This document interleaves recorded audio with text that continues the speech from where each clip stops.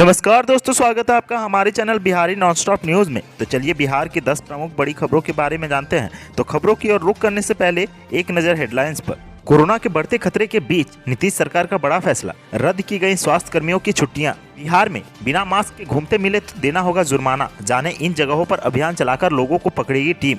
पटना में दिव्यांग यात्रियों के लिए चलेगी सीएनजी बसें, जाने क्या रहेगी इसकी खासियत। 2025 तक बिहार इथेनॉल उत्पादन में बनेगा सबसे बड़ा उत्पादक राज्य, यूनिट लगाने के लिए आए 30 निवेशक प्रस्ताव। बिजली बिल में हो सकती है 18% की कमी, बिहार के लोगों को मिल सकती है राहत। आयुष डॉक्टरों का मानदेय बढ़ाएगी सरकार, विपक्ष ने एमबीबीएस के बराबर मानदेय देने की मांग के साथ घेरा। महिला आरक्षण को लेकर नीतीश सरकार का बड़ा फैसला, अब आरक्षित कोटे में केवल बिहार की महिलाओं की होगी बहाली। होली पर दिल्ली से यूपी बिहार आना होगा आसान, रेलवे चलाने जा रहा है स्पेशल ट्रेनें। बेगूसराय में कोरोना ने फिर दी दस्तक, एक ही परिवार के 5 लोग मिले कोरोना पॉजिटिव। क्या बिहार में पुलिस राज की तैयारी है? बिना वारंट तलाशी लेगी पुलिस, बिना वारंट गिरफ्तारी, दोषी वर्दीधारी पर केस भी नहीं कर पाएंगे। अब खबरें विस्तार से।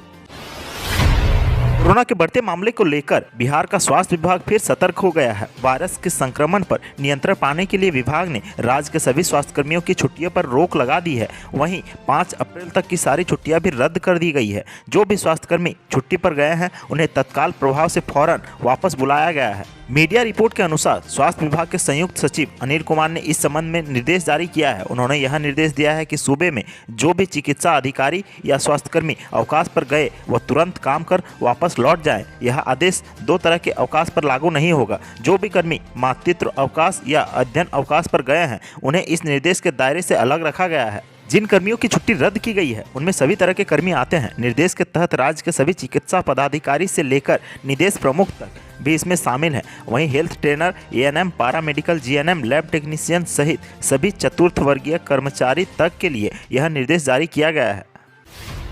बिहार में कोरोना के बढ़ते मामले को देखते हुए अब मास्क अनिवार्य कर दिया गया है। इतना ही नहीं, अगर बिना मास्क सड़क पर घूमते पकड़े गए तो जुर्माना भी देना होगा। बिहार की राजधानी पटना में प्रमंडलीय आयुक्त संजय अग्रवाल की बैठक में जिलाधिकारी को निर्देश दिए गए हैं, जिसके बाद जिलाधिकारी डॉक्टर चंद्रशेखर सिंह ने टीम गठित कर चेकिंग अभियान चलाने का आदेश जारी कर दिया है। डीएम ने लोगों को मास्क का प्रयोग करने, सैनिटाइजर का नियमित उपयोग करने, सामाजिक दूरी का पालन करने की अपील की है। अधिकारियों के मुताबिक मास्क अभियान में शामिल टीम का विशेष ध्यान शहर का दवा मंडी, गोविंद मित्रा, गांधी मैदान, कंकड़बाग, राजा बाजार, पाटलिपुत्र, गोलंबर, इनकम टैक्स, डाक बंगला चौराहा समेत प्रमुख जगहों से आने वाले और जाने वाले लोगों पर रहेगा। राज्य सरकार पहली बार दिव्यांगों के लिए विशेष प्रकार की सीएनजी बस चलाने जा रही है। इसकी शुरुआत जल्द ही बिहार के शहरों की सड़कों पर की जाएगी। इस परियोजना को पूरा करने के लिए परिवहन विभाग ने 20 सीएनजी विकलांग अनुकूल बसें खरीदने के लिए सेंटर्स जेम पोर्टल पर बोली शुरू की है। सभी बसों के विपरीत इन बसों पर यात्रियों के लिए 3 दरवाजे होंगे, एक आगे, एक बीच में और एक पीछे, जिनमें से एक दरवाजे को हाइड्रोलिक लिफ्ट के साथ लगाया जाएगा, जिसमें दिव्यांग यात्रियों को बस से उतरना और चढ़ना आसान हो जाएगा।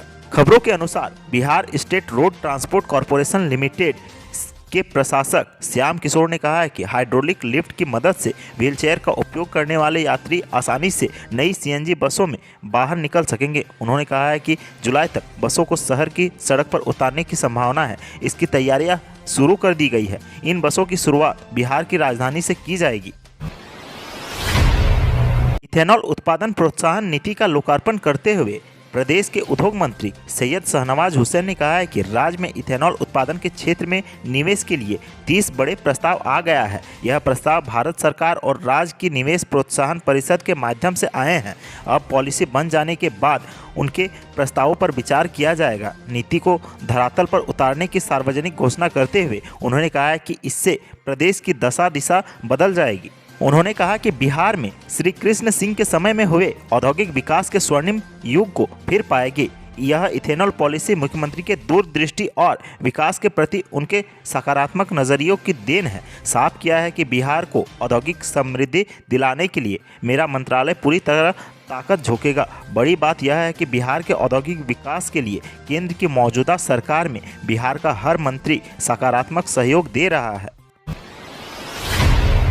कोरोना काल में जहां लोग महंगाई की समस्या से परेशान हैं, वहीं बिजली बिल में 18% कमी की संभावना से लोगों को राहत मिलने की उम्मीद जगी है। दरअसल विनियामक आयोग की ओर से अब तक 3 ट्रांसमिशन कंपनियों की जो राशि दी गई है वह कंपनी की मांग से 18% कम है। हालांकि विद्युत विनियामक आयोग के अध्यक्ष शिशिर सिन्हा ने कहा है कि वितरण कंपनियों को फैसला आने पर ही इस संबंध में कुछ भी कहा जा सकता है, लेकिन एक बात तो सच है कि यदि बिजली बिल में 18% की कमी होती है तो बिहार के लोगों को बड़ी राहत मिलेगी।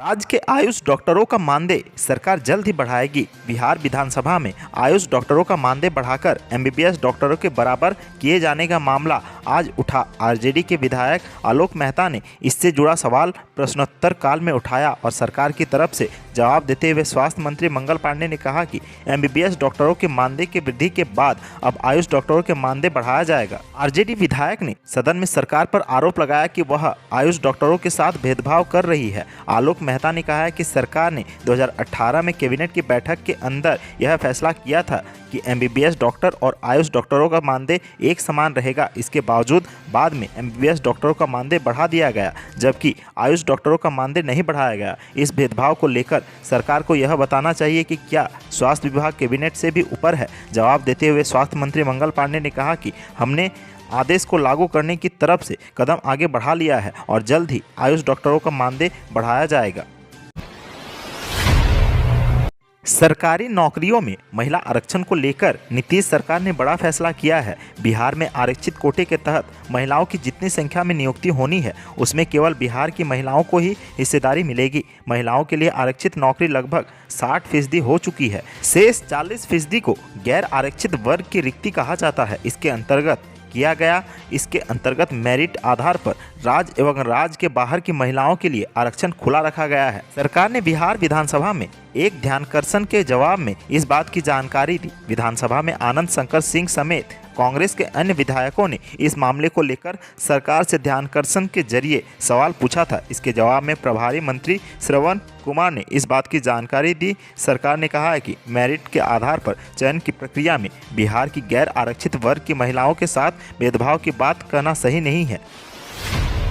होली पर दिल्ली से यूपी बिहार आने वाले यात्रियों के लिए अच्छी खबर है। रेलवे ने यात्रियों की संख्या को देखते हुए कई स्पेशल ट्रेनें चलाने की तैयारियां की है। दिल्ली से यूपी बिहार के लिए करीब 2 दर्जन ट्रेनें चलाई जाएंगी। उत्तर रेलवे ने यूपी और बिहार के स्टेशनों के लिए 18 ट्रेनों का संचालन शुरू भी कर दिया है। इसके साथ ही नई दिल्ली बरौनी, आनंद विहार टर्मिनल गया, आनंद विहार टर्मिनल पटना और आनंद विहार टर्मिनल जोगबनी के बीच 4 जोड़ी सुपरफास्ट होली स्पेशल ट्रेनों का परिचालन शुरू किया जाएगा। इन 4 जोड़ी ट्रेनों के सभी कोच आरक्षित होंगे।